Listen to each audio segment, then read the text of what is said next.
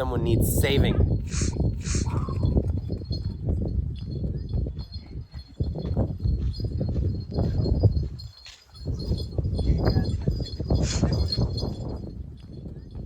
We always think that, I have a choice to make. I have to make a decision, or, oh, that thought I had. And the reality is, it's like the universe had that thought through you. And that the universe is going to make a choice through you. And we don't like to think about that because we like to think we're in control.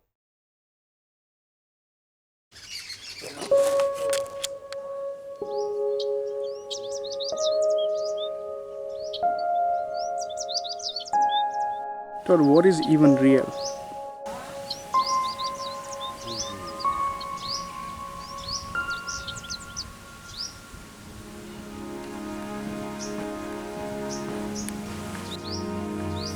As soon as I say it, it's not real anymore. You know, it's beyond words. It's indescribable. It's infinity.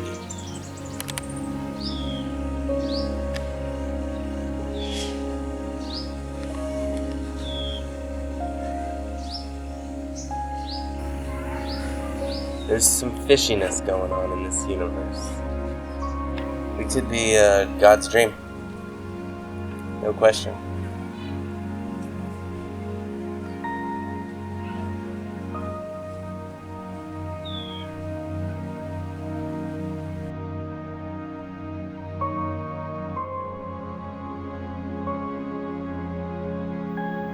The world beyond thought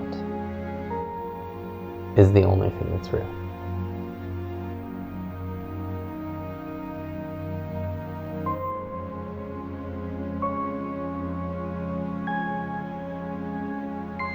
Everything of the mind is constructed, imagined, and illusion.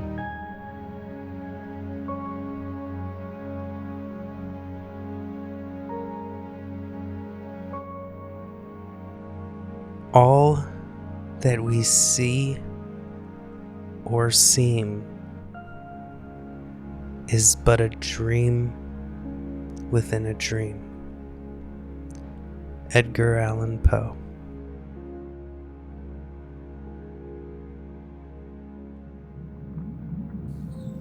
It's insanely unlikely that the building blocks of life just came together. And it seems like this universe is designed for life. Just as there are those seasons of nature on Earth, those seasons are guided by the universe, the position of the Earth and the sun and the moon. All of these things that are interconnected to life. It truly seems like this universe is designed for life to evolve.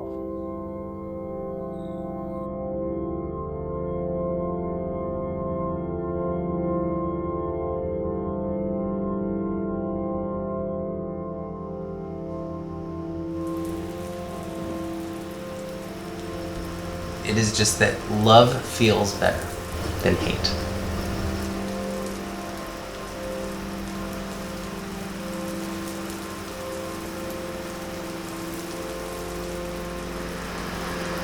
Everything you think you know is wrong. And the more certain you are, the more wrong you are. Because reality is infinitely more vast and complex than we can ever comprehend. It would take an eternity to describe and explain reality. And you would have to then describe and explain the explanation, and then describe and explain the explanation of the explanation. You can never describe it. There is no amount of thinking that can analyze, interpret, and understand reality. Only non-thinking can do that.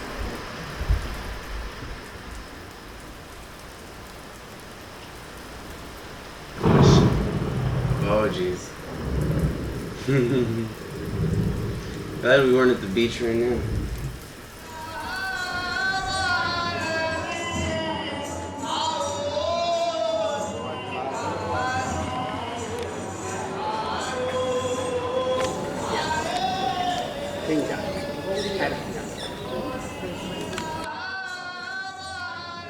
Pretty much anything you can think or say is both true and untrue. I think the danger is that certainty is always going to be a mistake.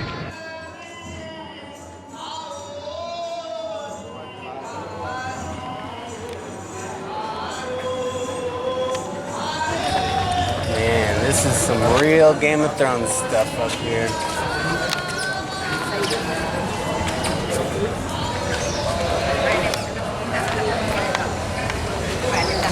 That is where a cannonball hit in a battle. Because a king wouldn't give his daughter to another king. That was mean, they said. That was the story? Yeah, something like that.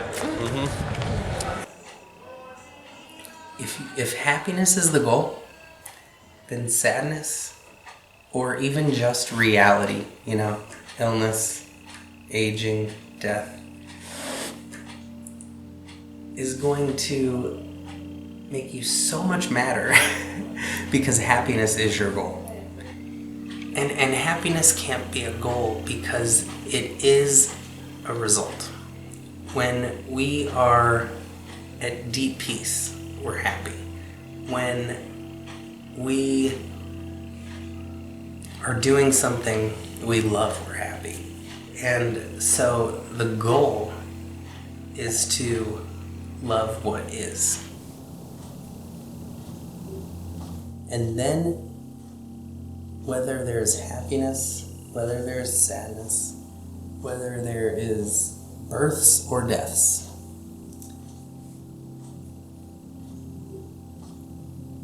we can still love life. We can have a happiness that arises from that, even through sadness. And we can be in sadness and we can witness its own beauty. Sadness is so often, especially like in grief, it's love, it's deep love.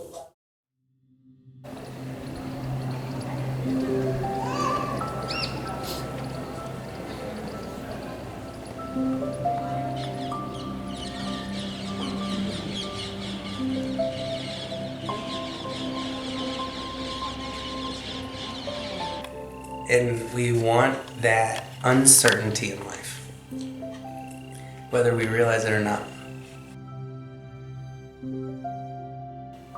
Life is certainly fascinating, and I'm sure glad to be here with all the chaos. Anyway, you're alive for a brief time. You should have your eyes wide open. Should be taking it all in, probably taking notes. And, trying to, really get the most out of it.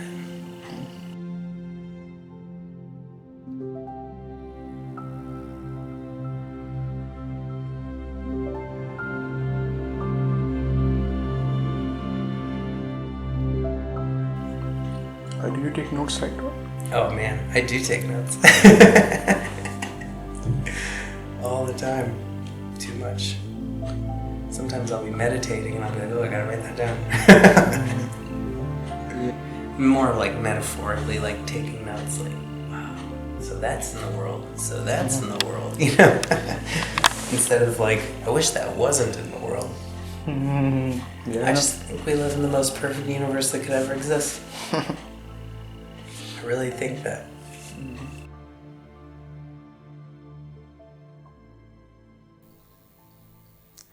A lot of times human beings are looking for security and contentment.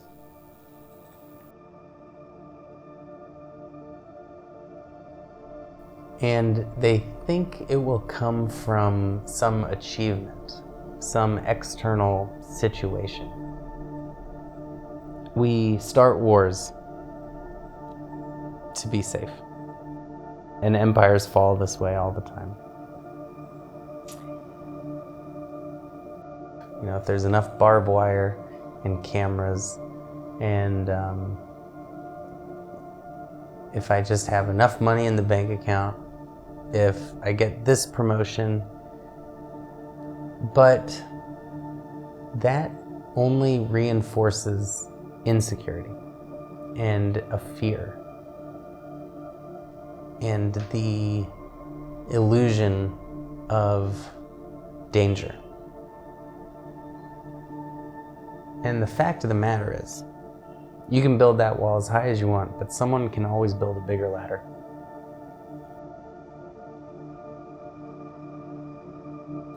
And often, the bigger we build that wall, all we're really doing is building our own prison. And so the chasing of that external victory will never bring us the satisfaction that we're looking for.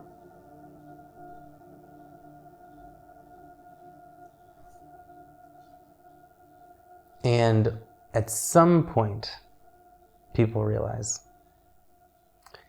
that the danger is coming from within. We are creating that discontent, that we are the source, that we will look back on our lives going, I still died at the end. Why did I forget to live?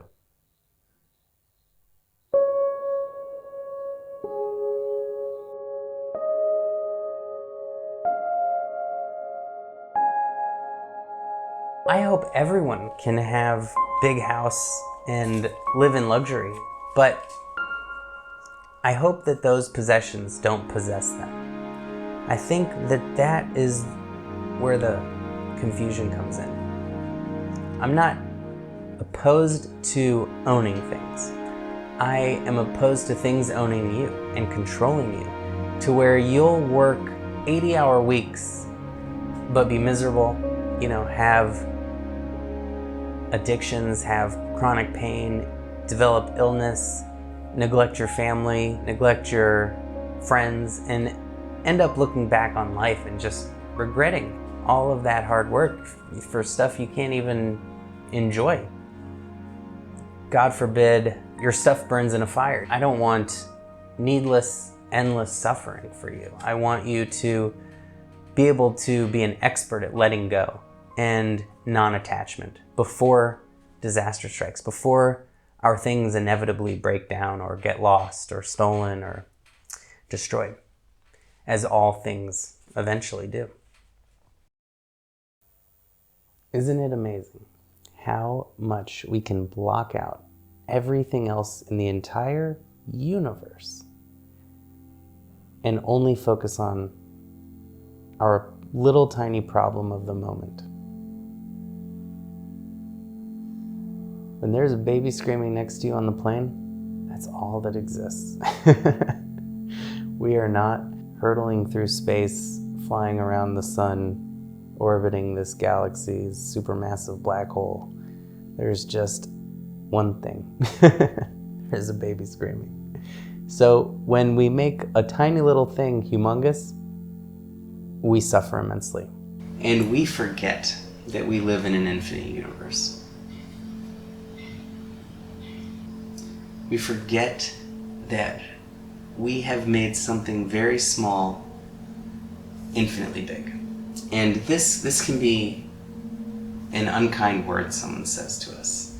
This can be a gesture someone makes to us in traffic. It can be these tiny, tiny little things that we make humongous.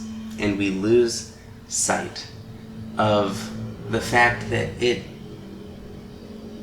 doesn't even make a dent in this planet, and there's trillions of planets. The role gratitude plays in shifting our perspective is it expands our perspective to include not just the thing we're angry about, but all of the incredible blessings in our lives. So it's literally a perspective shift. Two people can live in completely different universes. One can believe that everything is random chance. There's nothing beyond the physical world and science. And another person can think there are countless beings looking out for them, guiding their lives, watching over them. That everything has meaning. Everything happens for a reason. One person can think the world is cruel and ugly and hateful, and the person right next to them can think it is beautiful, loving, and safe.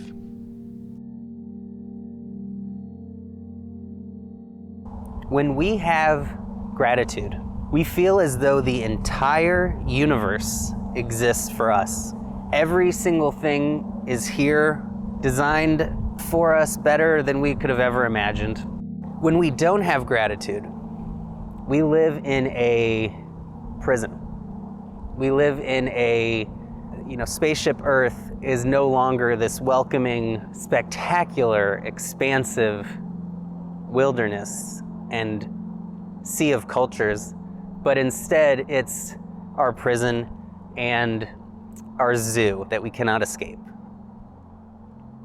Eventually you realize that all those things that you had created about yourself to stand on and to hold on to give you some sense of security, are actually chains holding you down. And it's really true freedom to recognize that you are the non-material light that animates you, and that nothing can diminish that light. I think that in this earthly realm, there will always be darkness with the light, and they are one and the same. There will be darkness, and then the sun will come up. And that will happen every day. It's really not the darkness that's the problem. It's our unawareness of the darkness. It is our wishing not to see it, to pretend like it's not there. And we can reach a place where we can understand these darker forces and these darker parts of our nature. We can shine a light on them so that this world becomes brighter.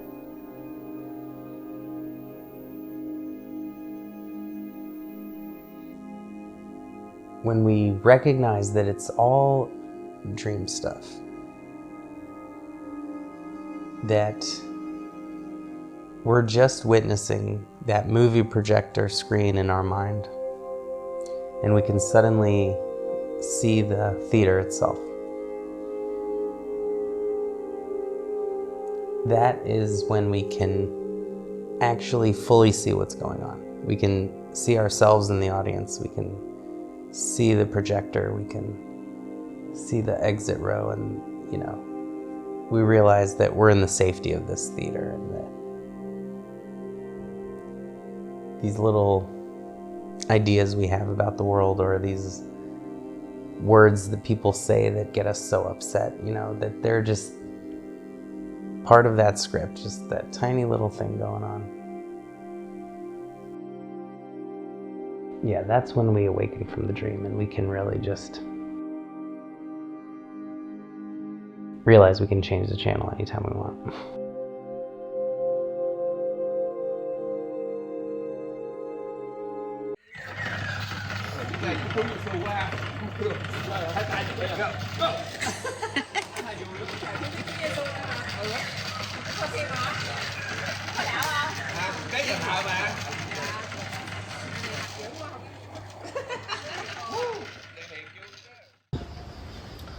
One day I might come to you and ask you for a favor, and that day may never come. But if that day should come, then you will do me this favor, and you will call me Godfather. You know what I mean? You know what I mean? Yeah, anyway. It's a little something like that. It's better if I have food and I can shove it down in my cheeks, and then it'll really be Godfather. So let's do this at the table one day. Okay.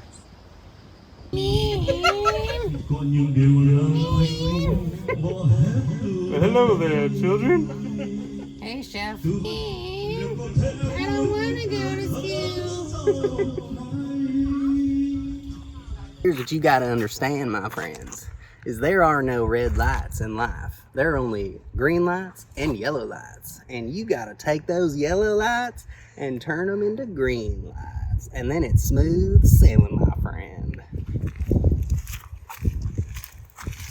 Not upset.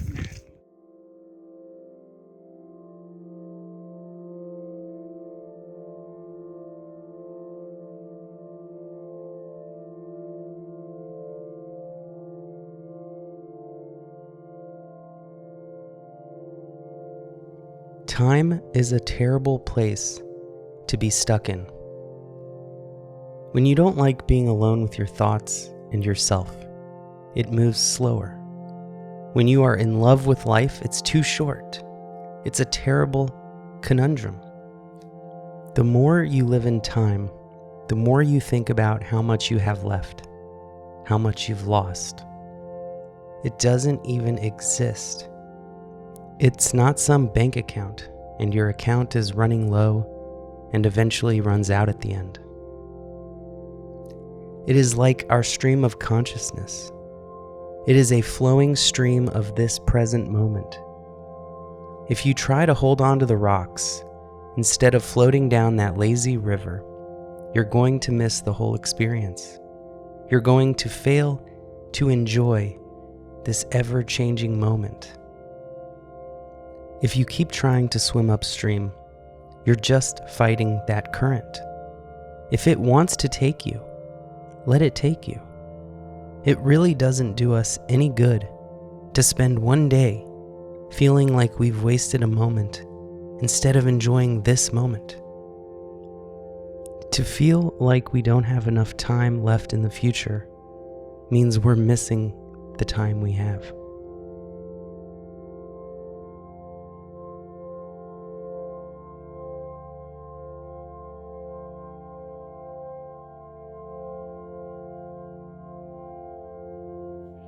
I am a big believer that when the universe has different plans than we do, there's a good reason.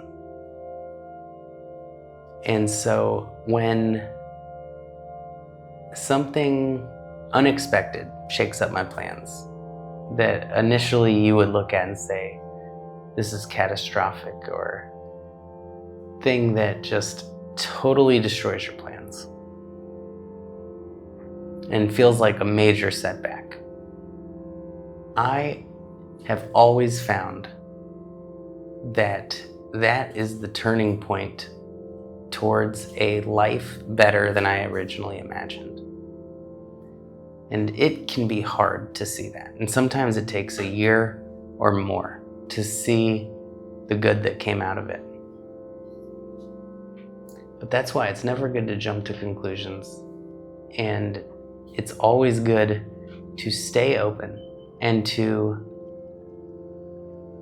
keep looking for that lesson, that better path that maybe you didn't plan, but maybe could be better than you imagined.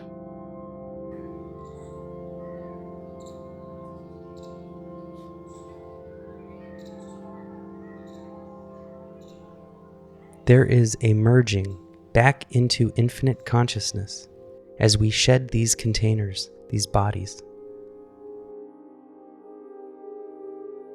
As we merge back into infinite consciousness, we gain that perspective of being everybody that ever was and ever will be and every living being. And that these 100-year lifetimes that we live, 100-year lifespans, are the blink of an eye compared to the eternity and infinity of consciousness. And in eternity, in infinity, we have the chance to live all those lifetimes. We have been everybody. We will be everybody. Because there is only oneness. No one's insanely lucky to be born in this place to this family. We're all just taking turns on this ever-evolving journey of life.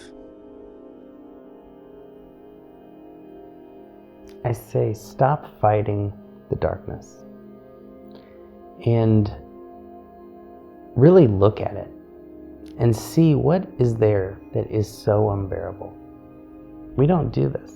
We usually look away. We think it's too unbearable.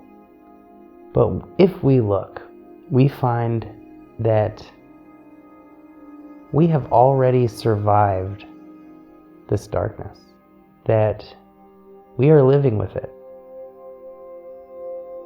Basically, when we're in the worst moment, we've already survived the worst of it, and it will only get better from there.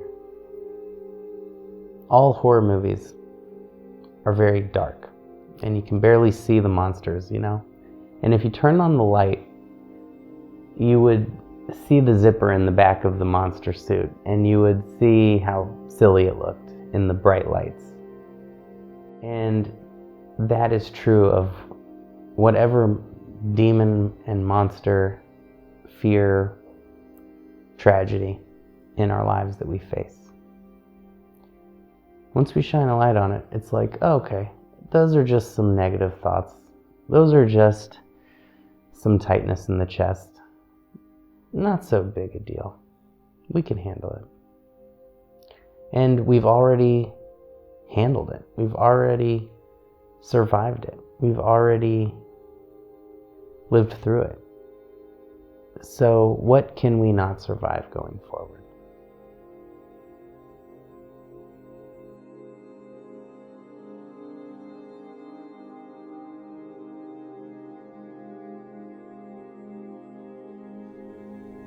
Everyone gets a great ride. I really think that. I think that no one gets a dull ride. No one gets a real boring ride. Everyone gets those ups and downs. It's not about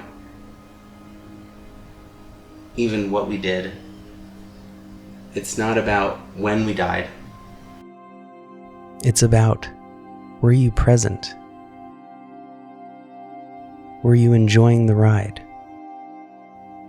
Or were you thinking, gosh, when is this thing going to be over? I hope not too soon. I hope not too late. What's the next ride like? You know, you're missing it. It's one ride. It's not the way your mind is going to think it's supposed to go. And it's going to be better than you could have imagined. You just gotta check it out for yourself.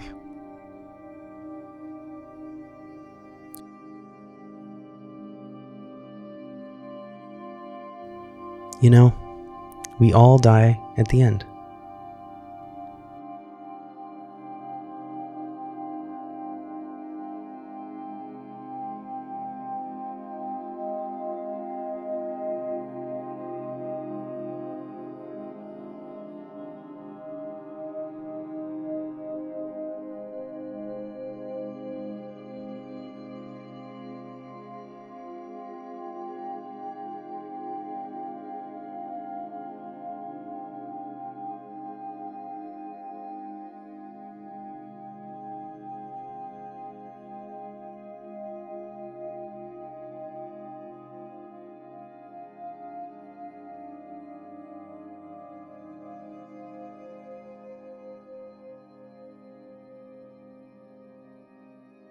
That's when we awaken from the dream, when we realize we can change the channel anytime we want.